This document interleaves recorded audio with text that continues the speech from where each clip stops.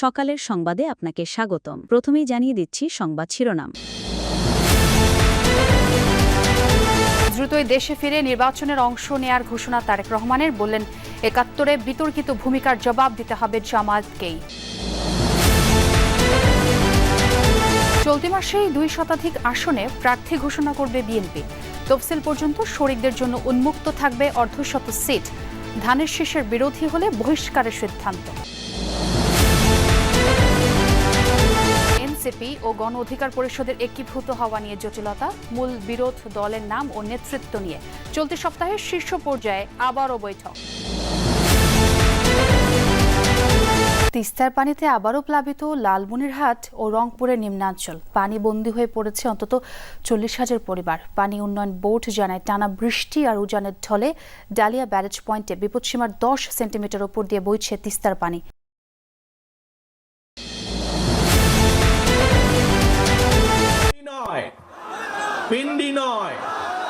প্রায় ১৭ বছর নির্বাসিত জীবনে বিএনপির ভারপ্রাপ্ত চেয়ারম্যান তারেক রহমান ২০০৮-এর নির্বাচনের পর সরাসরি গণমাধ্যমের মুখোমুখি হওয়া হয়ে ওঠেনি আর। পরিবর্তিত পরিস্থিতিতে দীর্ঘ বিরতি শেষে প্রথম আনুষ্ঠানিক এবং ভার্চুয়াল সাক্ষাৎকার দিলেন বিএনপির ভারপ্রাপ্ত চেয়ারম্যান তারেক রহমান। ফিজিক্যালি হয়তো আমি এই দেশে আছি, বাট মন মানসিকতা সবকিছু মিলিয়ে তো আমি গত ১৭ বছর ধরে বাংলাদেশেই রয়ে গিয়েছি।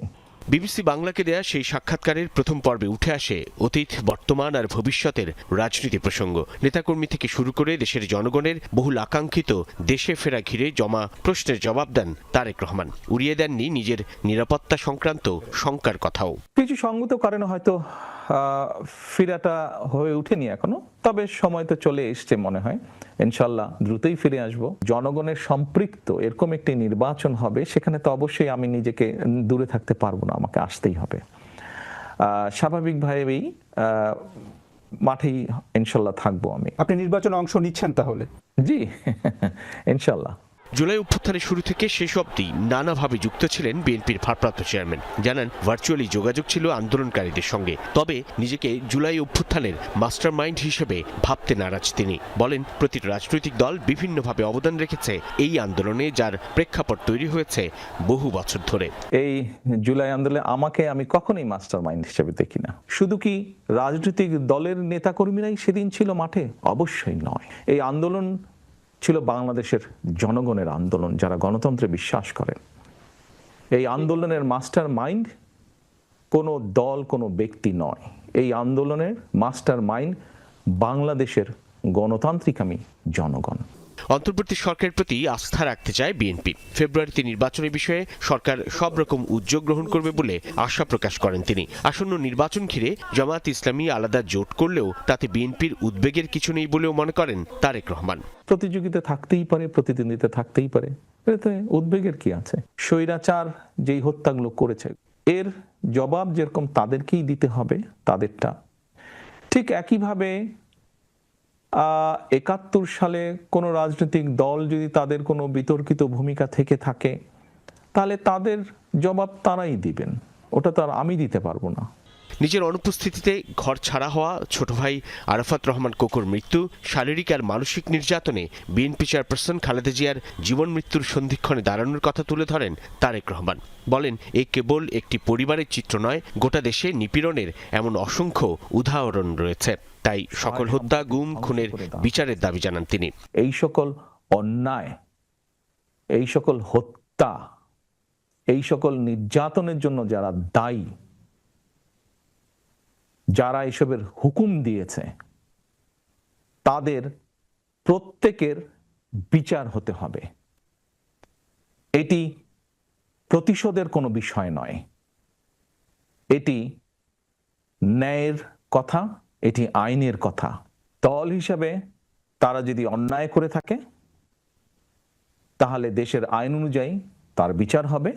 বিএনপির শাসনামলে দুর্নীতিতে চ্যাম্পিয়ন হওয়ার জন্য পূর্ববর্তী আওয়ামী লীগের শাসনামলকে দায়ী করেন তারেক রহমান। বলেন, জনগণ সুযোগ দিলে আইন শৃঙ্খলা পরিস্থিতি নিয়ন্ত্রণে দল ও সরকার আলাদা ভূমিকা রাখবে। পুলিশিং তো রাজনৈতিক দলের কাজ না, পুলিশিং করার দায়িত্ব সরকারের।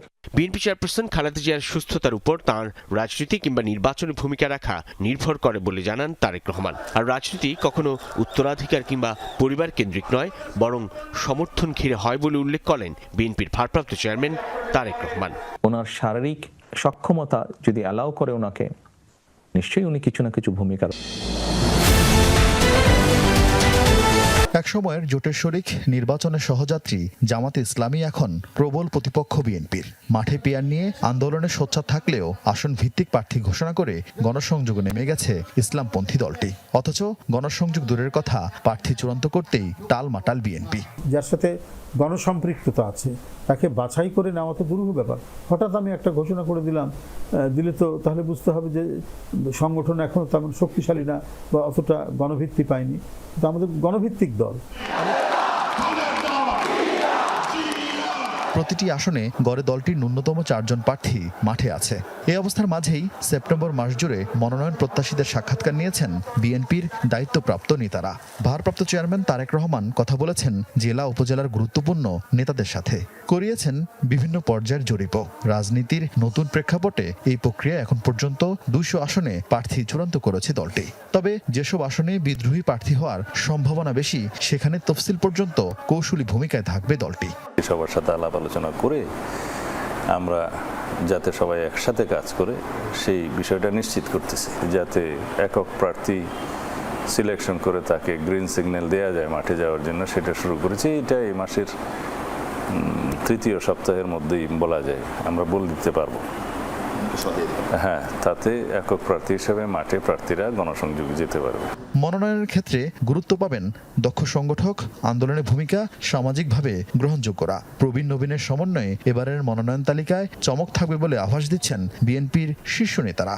তাদের অতীত রাজনৈতিক অভিজ্ঞতা এবং আন্দোলনের ভূমিকা, গ্রহণযোগ্যতা, জনগণের কাছে তার জনপ্রিয়তা, এই সব কিছু বিবেচনা করছি। এবং বর্তমানে যে মেধাভিত্তিক প্রতিযোগিতা হবে সংসদে, বাইরে সমস্ত জায়গায়, সেই বিষয়টা আমরা লক্ষ্য রাখছি এবং তারুণ্যের একটা প্রতিনিধিত্ব থাকবে। আন্দোলন ভূমিকার পাশাপাশি জনগণের মধ্যে তার প্রতি জনগণের মনোভাব কি, ইতিবাচক না নেতিবাচক, এগুলো সমস্ত কিছু বিবেচনার মধ্যে আসবে।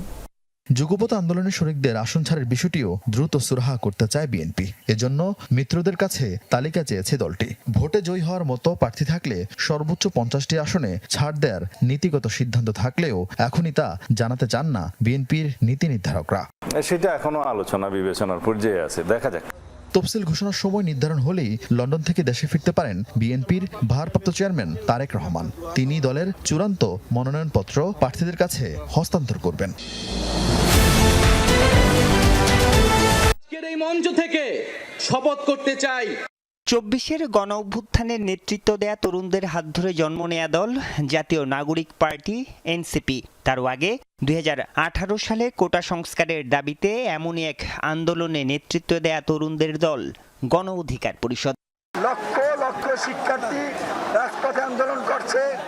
তরুণদের নেতৃত্ব দেয়া দল দুটি একীভূত হচ্ছে রাজনীতির মাঠে, এমন আলোচনা চলছে মাসখানেক ধরে ডাকসুর সাবেক ভিপি নুরুল হক নূর আইন শৃঙ্খলা বাহিনীর হাতে আহত হওয়ার পর থেকেই। এর মধ্যেই হয়েছে একাধিক বৈঠকও। দুই দলের শীর্ষ নেতারাও ইতিবাচক, তবে আলোচনা আটকে যায় বেশ কয়েকটি বিষয় নিয়ে।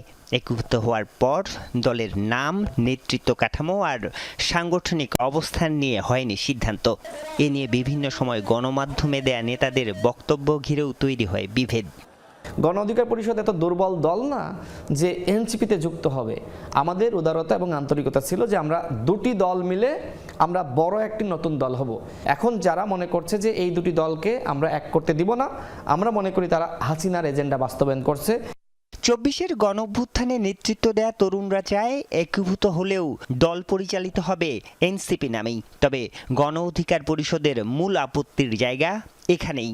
আমরা চাই যে এটা নামটা, যেহেতু আমরা নিবন্ধন পেয়েছি, ফলে এনসিপি থাকবে এবং তারা যদি এখানে আসে তাদেরকে কিভাবে সাংগঠনিক কাঠামোর মধ্যে আমরা জায়গা করে দেব, সম্মানজনক পদ সহ, যেহেতু নুরুল হক নূর একটা অন্য দলের প্রধান, সেটা ছেড়ে এখানে আসবেন। তো এই জিনিসগুলো নিয়ে আলোচনা বাকি আছে, এই কারণে আলোচনাটা একটা জায়গায় এসে স্টাক হয়ে গেছে।